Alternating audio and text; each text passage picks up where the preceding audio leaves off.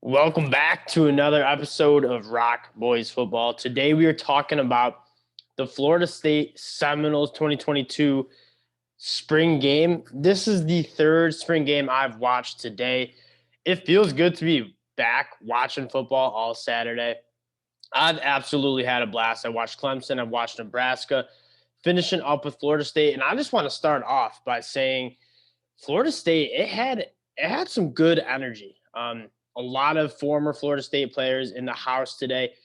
The energy, the optimism about the program, it felt good. And I'm gonna give you guys some of my takes on what I saw from certain players to watch.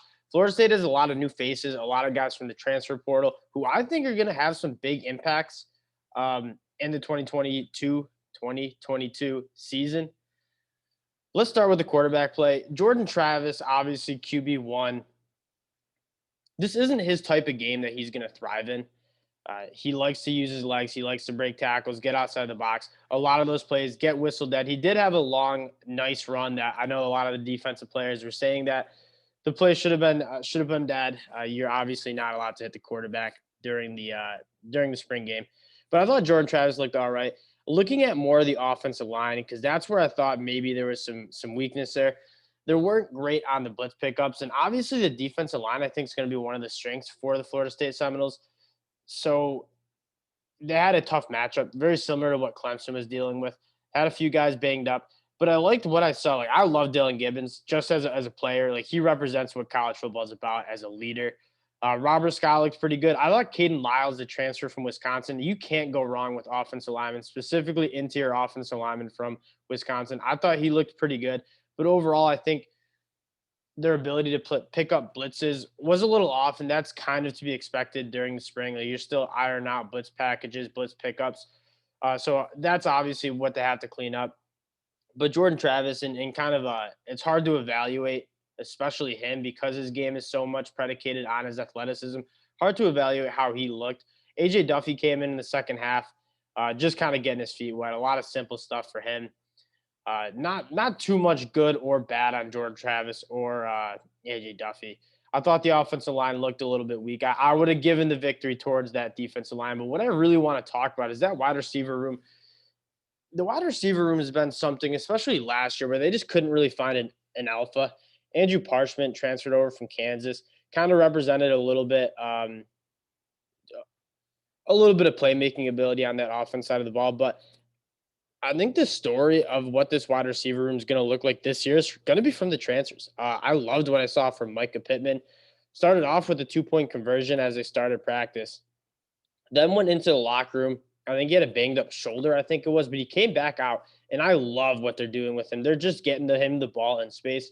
Obviously, transfer from Oregon. He was a former top 100 recruit, very athletic, very fast, very good with the ball in his hands, and you could tell that was something they wanted to emphasize, getting Micah Pittman the ball in space and letting him be an athlete.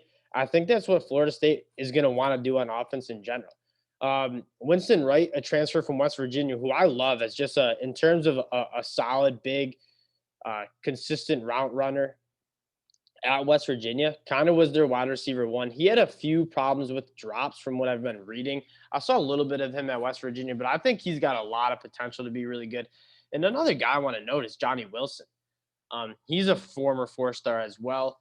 He's big, but he was blocking really well downfield. I think the story of Florida State's success on offense was on the ground. They got a few really good running backs who I want to touch on, who I saw a lot of really good things from. But Johnny Wilson was a really big part of that. Him and Markiston Douglas, who I've never heard of before this game. I had to look him up. Big number 85. He's not somebody you want to see pulling around as a lead blocker because he is an absolute dog. 275-pound dude. Kind of reminded me of a little bit of what Darnell Washington does for Georgia. Kind of a jumbo tight end who you're going to line up in line, use him to essentially just be a lead blocker. We didn't see him really catch any balls, but very physical in the run game. And then I think the story of the Florida State offense, outside of Micah Pittman, who I absolutely loved, I thought he played really well. I liked what they were doing with him. Was the running back room starting with uh, Toufali, Lawrence Toufali, a guy who was on my radar as I watched summer tape last year, kind of going from the COVID year coming into this year. The guy's extremely efficient. I think he was averaging 9 yards per carry in the 2020 season. Um, Really explosive. Obviously, has to build out that frame. Doesn't really look like a running back, but in terms of making slashes, um, firing into holes, like really, really explosive, exciting guy on that offense side of the ball. And then Trey Benson, another Oregon transfer who I think led the Seminoles with I think 80, I think just under 77 yards on the ground. He looked really good. And obviously you have Trayshawn Ward. I think I'm really optimistic about what this running back room is going to look like. I think they balance each other out really well. If you can get a guy like Lawrence Toufali, Micah Pittman, get them the ball in space, let them be fast, let them be better athletes than the guys who are trying to tackle them. Really excited for a couple of those guys. And then looking over at the defense, and I think my side watched I watched three spring games this year, or today, I should say. And you normally see the defensive line win. I think the offense still figuring out what plays are going to work, and you see a lot of simple concepts, a lot of simple passing concepts, a lot of simple running concepts.